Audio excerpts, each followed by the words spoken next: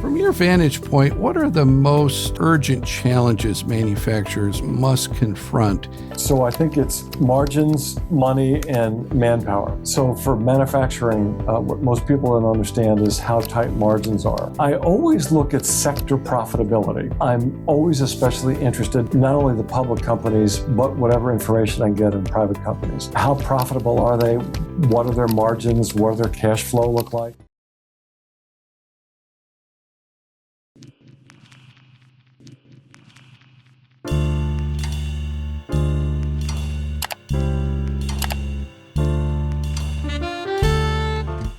Welcome to the Springs Are Everywhere podcast, a production of SMI, the Spring Manufacturers Institute. I'm your host, Gary McCoy, Executive Director of SMI.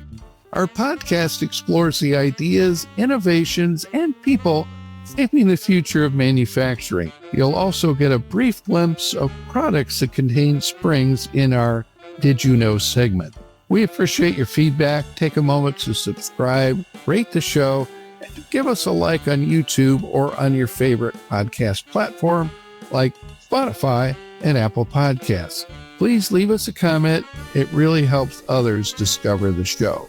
In this episode, we're driving into one of the most important conversations happening in the industrial sector right now: how manufacturers can navigate economic uncertainty, workforce shortages, policy pressures, and the rapid pace of technological change. To help us unpack all of this, we're joined today by author and strategist Dan Varroney. He spent many years in his career at the intersection of business, policy, and industry transformation. The Springs Are Everywhere podcast is brought to you in part by our platinum sponsor, Gibbs Interwire.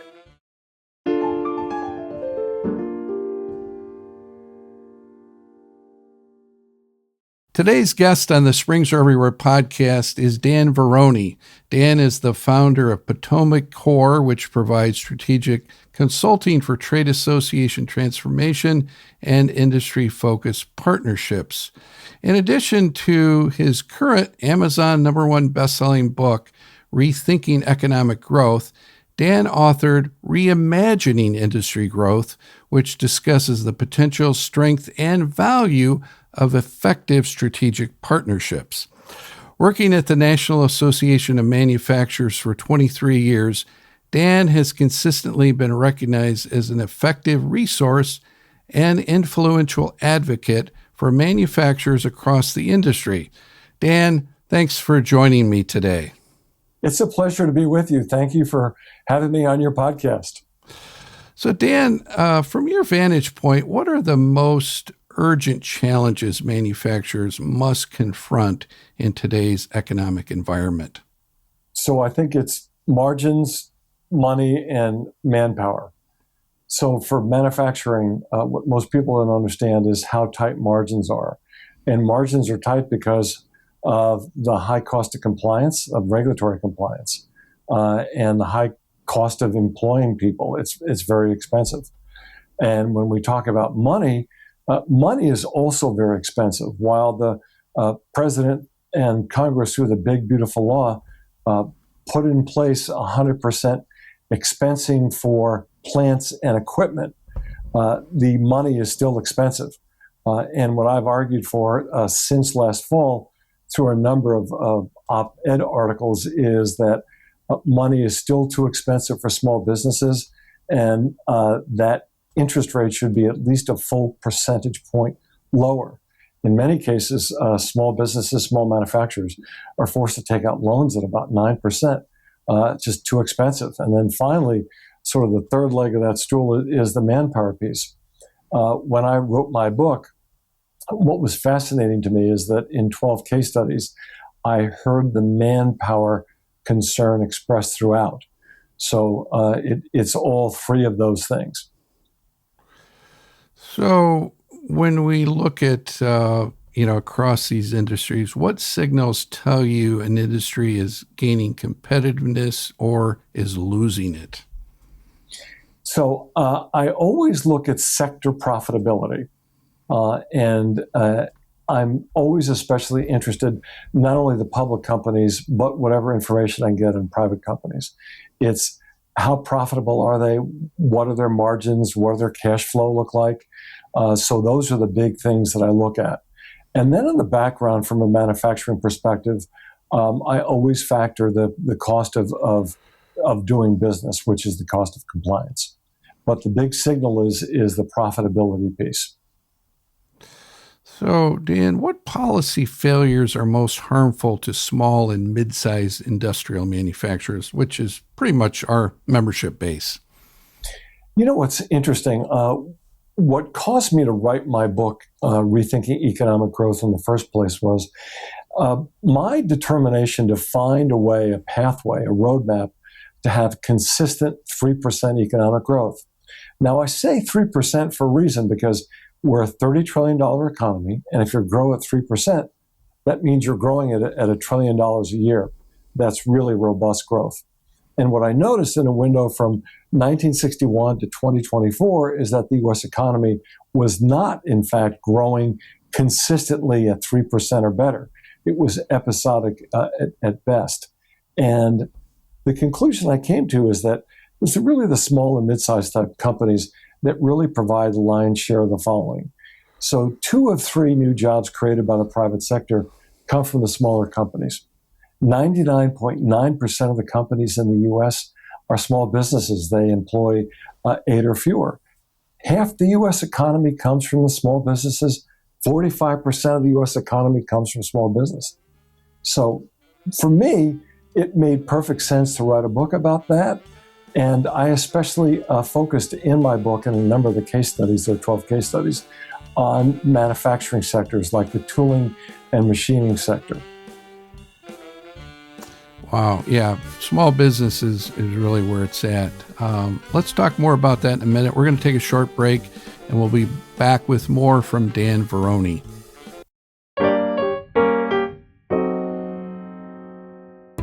Gibbs Interwire, North America's largest spring wire distributor, now offers precision draw, high-performance alloy wire through our partnership with Alloy Specialty Metals. With over 125 alloys, our goal is to deliver exactly what you need, precisely when and where you need it. We're committed to bringing you simpler sourcing with the highest quality results tailored to your requirements. As a longtime supporter of SMI's mission to inform the spring industry, Gibbs Interwire is proud to be the platinum sponsor of the Springs Are Everywhere podcast. For your quote today, call Gibbs Interwire at 800-800-4422 or visit us at gibbswire.com.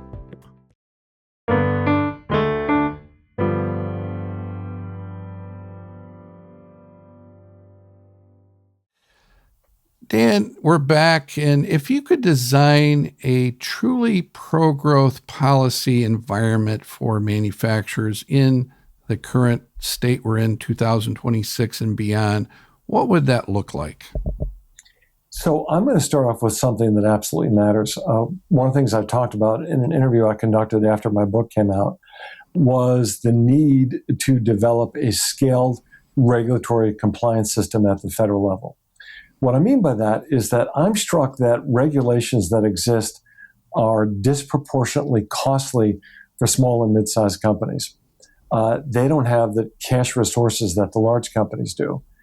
So one of the things that I would do in my perfect world would be to develop and define what would be a scaled compliance structure for small and mid-sized companies, something that would make it easier enough for them to comply, and it wouldn't eat into as much resources. So that would be one thing.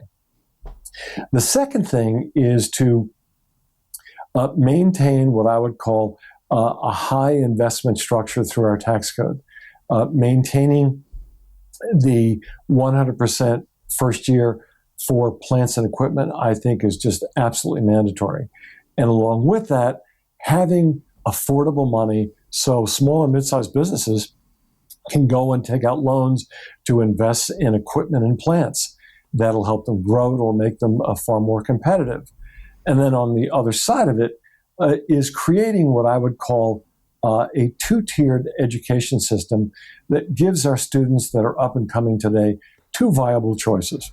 One is you can pursue a 4-year college degree, or you can pursue another option through vocational and technical education that can set you up on a career, hopefully in the manufacturing space.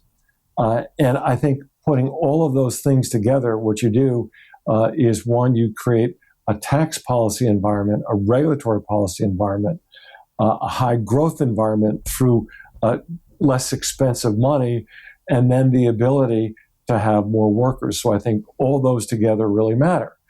And I think they matter for a number of reasons. One is, when you look at manufacturing, manufacturers have a positive spillover and magnifying effect. For every job they create 2 or 3 jobs in the service sector. And that's one of the best kept secrets in the U.S. economy.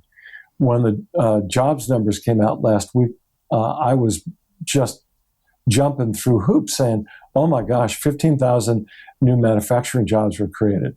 Because I just said, my God, that could mean that we could have 45 to 60,000 service sector jobs created as a result of that.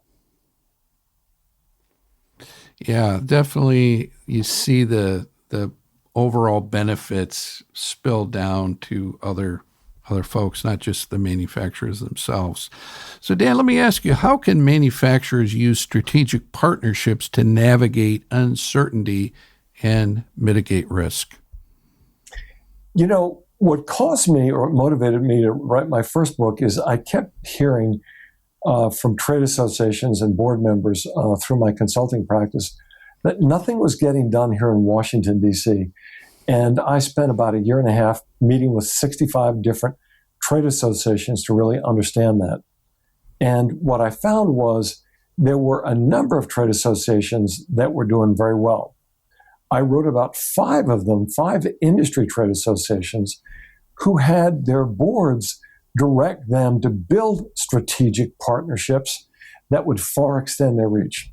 And what I mean by that is that they had their trade associations literally go up and down the value chain and identify trade associations in the value chain that they could partner with and create a scenario by which that they would say, if one of us is impacted negatively, all of us are impacted negatively.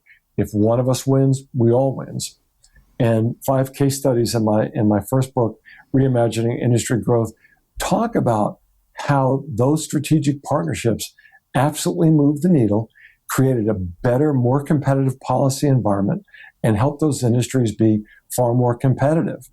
And I think that for manufacturing companies, especially in your industry, it's imperative that they engage in trade associations and that they insist that their trade associations build those strategic partnerships with trade associations throughout the value chain to create a far more favorable policy environment so they can be more successful.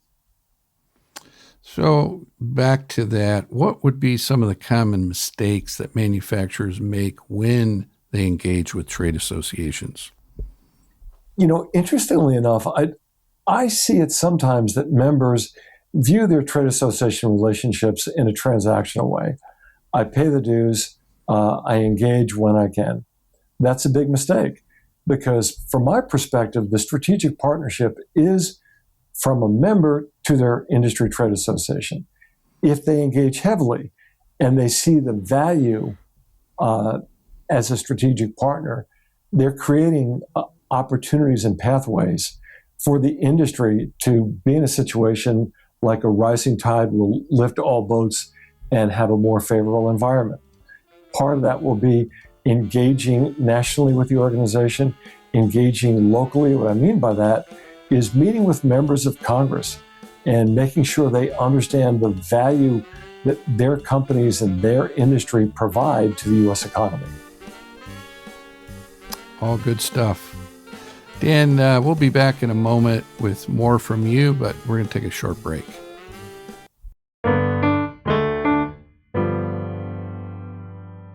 For more than 60 years, Radcliffe Wire has shaped the world, literally. From over 60 metals, we craft precision custom wire in the exact size, shape, and finish your industry demands. When quality matters and reliability is non-negotiable, choose the experts who shape excellence. Radcliffe Wire. To learn more, visit radcliffewire.com.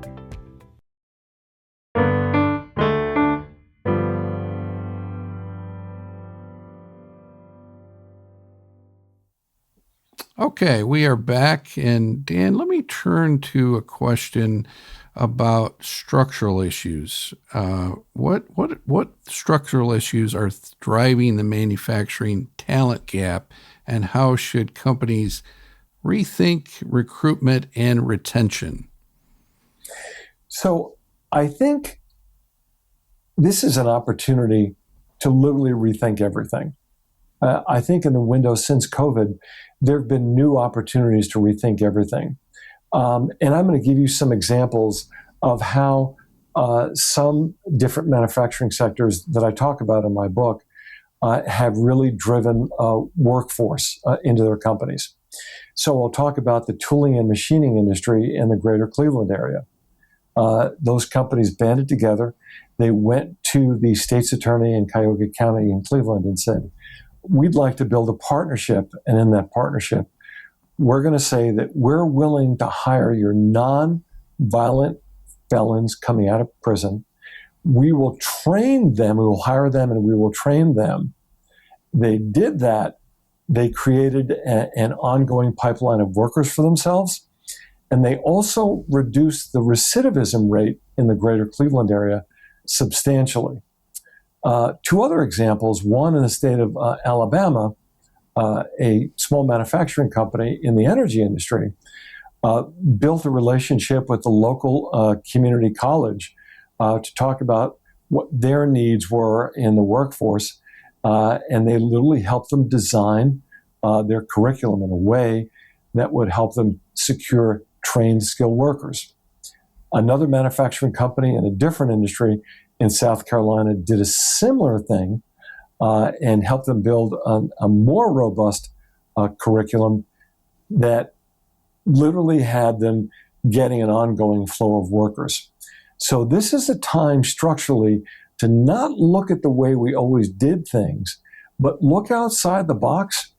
And I encourage everyone listening to buy my book, Rethinking Economic Growth, because they're going to see a lot of these new and different ideas that I learned in my book interviews. And honestly, they were fascinating. And there were three of the executives that I mentioned attend my book launch, and they shared some of those stories. And it was just great to hear them in person. Yeah. Second chance hiring, getting involved in the community colleges. Here's what you can teach to the people we want from our workforce. Great stuff. So let me ask you, what long-term strategy should manufacturers adopt to build supply chain resilience, especially smaller firms without OEM level scale? There's a lot I have to say about this. Supply chains are not what they should be on a technology basis. A lot of the companies in supply chains are getting better. They're becoming more digitized, and there's more transparency and accountability, so that's good news. What I encourage manufacturers and others to do is as follows. I would not place all of their eggs in one basket. I would look at varying partners in the supply chain for sure. I would reach out to other manufacturers in their area and other manufacturers around the country to see who they utilize, to see what their experience is, because I think that's important. And the third thing that I would say is that the new tax laws in the big, beautiful law are really about onshoring and nearshoring. So as you're thinking your supply chain in the long term, 5 years, 10 years, and 15 years, you'll want to be looking at where you might be able to source, if not locally, at least in nearby markets. So Dan, during COVID, we saw a lot of people turn to automation to fill some of the skills gaps that they just couldn't find people. Now we see more AI, we see digital transformation. How is all that reshaping industrial competitiveness, and how do you see it over the next decade? What I'm really excited about, so when I look at the capital expense numbers for last year, they were off the charts. They were double digit. And they were double digit because companies, small, medium, and large, were making investments in AI and automation and machine learning. So the opportunities that I see for small and mid-sized businesses, so if you can expense a piece of equipment or purchasing AI, I want you to look at it this way. Instead of expanding your workforce, are there things that these technology tools would be able to do for you? Something that could extend the reach of your business, something that maybe helps you bring on a new product online. So I think there's serious opportunities in there as a result of the big, beautiful law. Again, you can expense that investment at 100% over the first year. And over 10, 15 years, this level of technology could save you money. So last thing I want to ask you about is leadership. And I think we all know that really drives a lot of success or failures with companies, especially manufacturers. So let me ask you, what are some of the qualities that help manufacturers who thrive during disruption from those who struggle, and what emerging risk should leaders be prepared for? So I think there's always, if there's anything that we've learned from the Great Recession to COVID, that another shoe could drop at any moment. And it's have contingency plans in place if and when that happens. Along those lines, there will always be new technology innovations. Be prepared for any potential threats or opportunities that they bring your way. And the third thing that I would say, and this is really the most important piece of information I can give to small and mid-sized companies, especially manufacturing companies, is that while strategy matters, there needs to be scenario planning. So what I mean by that is having a strategy and then looking at your scenarios for what do we want to accomplish, what will prevent us from accomplishing those things, and what are the worst things that could happen or might happen, and then how will we be prepared for those. I think scenario planning is mission critical for small and mid-sized businesses. Dan, thanks so much for sharing your insight and experience with us today. And what's the best way for our readers, our listeners, to get in touch with you? So a few things. One, I encourage them to purchase my book, Rethinking Economic Growth. They can buy it on Amazon.com. They can go to my website, danielvarroney.com, or they can go to my company website, potomaccorp.com. I also do speaking. Anyone in your group looking for a speaker, I'm happy to come in and talk about small businesses and things that I learned in writing my latest book. Dan, thanks again. It's a pleasure.